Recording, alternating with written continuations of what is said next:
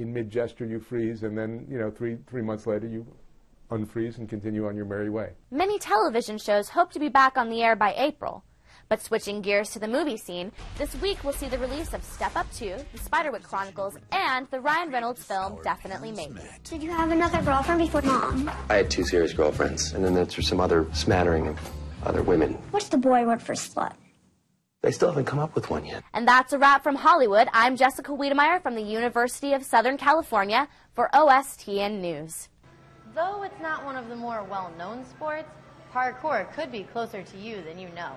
Arizona State's Alex Crawley has more on a sport that's taking leaps and bounds around the valley. It begins with a quick stretching session that you do before any athletic event. But Spencer Clark says what happens after that is far beyond ordinary. Movement, being able to go places that just normal people wouldn't think of every day, it's really an incredible feeling. While some people call it an art, other people call it a sport. But everyone calls it parkour. Parkour is the art of moving through your environment while using your body and surroundings to drive you. And while it is huge in Europe, it's still under the radar here in the U.S. Their precision movements attract people walking by to stop and stare. Everywhere you go, people are like, whoa, what was that?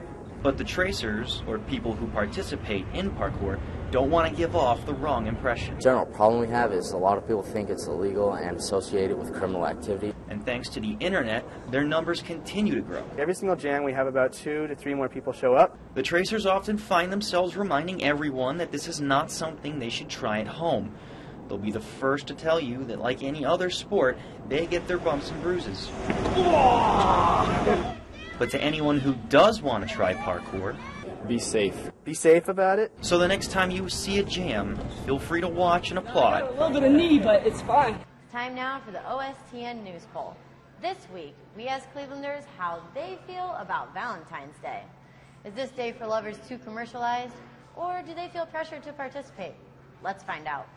Valentine's Day, I came to know too much about that after moving to U.S. Back home, we don't celebrate it much. I try to get her a card or flowers or something, but we've been married a long time now, so it's just something small. It's a nice tradition. I think it's nice to have celebrations and, you know, share time with people that you care about and just let them know that you actually are thinking about them all year round. We should always have a Valentine's Day. In fact, I think every day should be a Valentine's Day. I could care less. I really could, because it's just, I don't know, I think it's just an excuse to buy candy and flowers and, you know, and that shouldn't have to be an excuse for that. You know, you should do it because you want to, not because it's some holiday, so. I've been celebrating it with my wife, and when we had kids at home with my children, and sometimes with my grandchildren. Do you think you'll celebrate it this year? Oh, yes, probably take my wife for a dinner. Do you think she expects you to buy her things?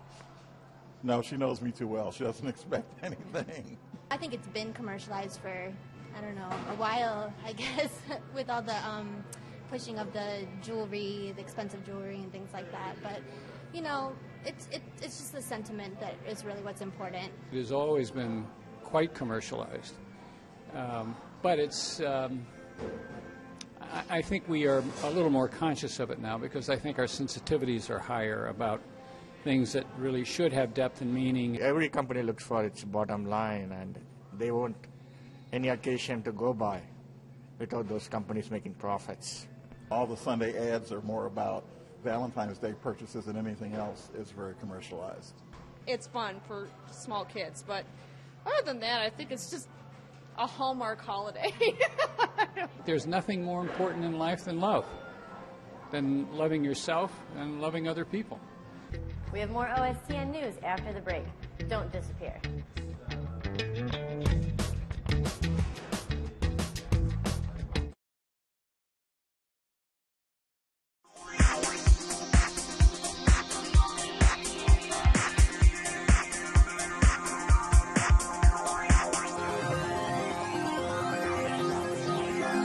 Hi, I'm Rex Lee, and you're watching OSTN News. As NYC continues to develop above ground, some adventurous New Yorkers are experiencing the Big Apple from a different perspective. New York University's Greg Argerou explains. Most New Yorkers live without realizing the past and present infrastructure of one of the world's largest cities surrounds them, both above and below their feet. However, one group of New Yorkers doesn't take the city's infrastructure for granted. This group is loosely known as urban explorers, and though they lack a formal definition, they do share one common characteristic, an innate desire for adventure. Probably the main drives are just satisfying a curiosity, and I think that's probably the one universal thing that ties it together. It's just we're curious. We want to know how things work and, you know, why they are, and, you know, just understand things better. But exploring New York City can be incredibly dangerous. Explorers must dodge speeding subway cars while inside live tunnels, and they must avoid weak floors or staircases while searching abandoned buildings. Despite the dangers, these thrill seekers find ways to put their fears aside. When you're concentrating on something just by your instinct, nothing else, it's just that your body, your brain shuts off and just makes your entire self concentrate on not dying. Urban explorers come from a variety of backgrounds and professions, though many tend to be photographers, and since many sites are great backdrops for photographs but are dangerous or difficult to get into, safety is always the #1 priority. Urban explorers are always sure to carry the proper equipment, and that equipment includes a bright flashlight, some durable clothing, hard-toed boots, and of course, their camera. And after becoming involved in the exploration subculture, they often find they make friends with other adventurers who may have nothing in common with them, other than a sense of curiosity. The best way for people to come together is to have a common interest. And from that common interest, a bond forms, and that's what's happening here. And after forming such relationships, urban explorers maintain a vibrant online community by posting information about future exploration sites, as well as pictures of past adventures. For OSTN News, I'm Greg Augereau. Now you've got the scoop, party people.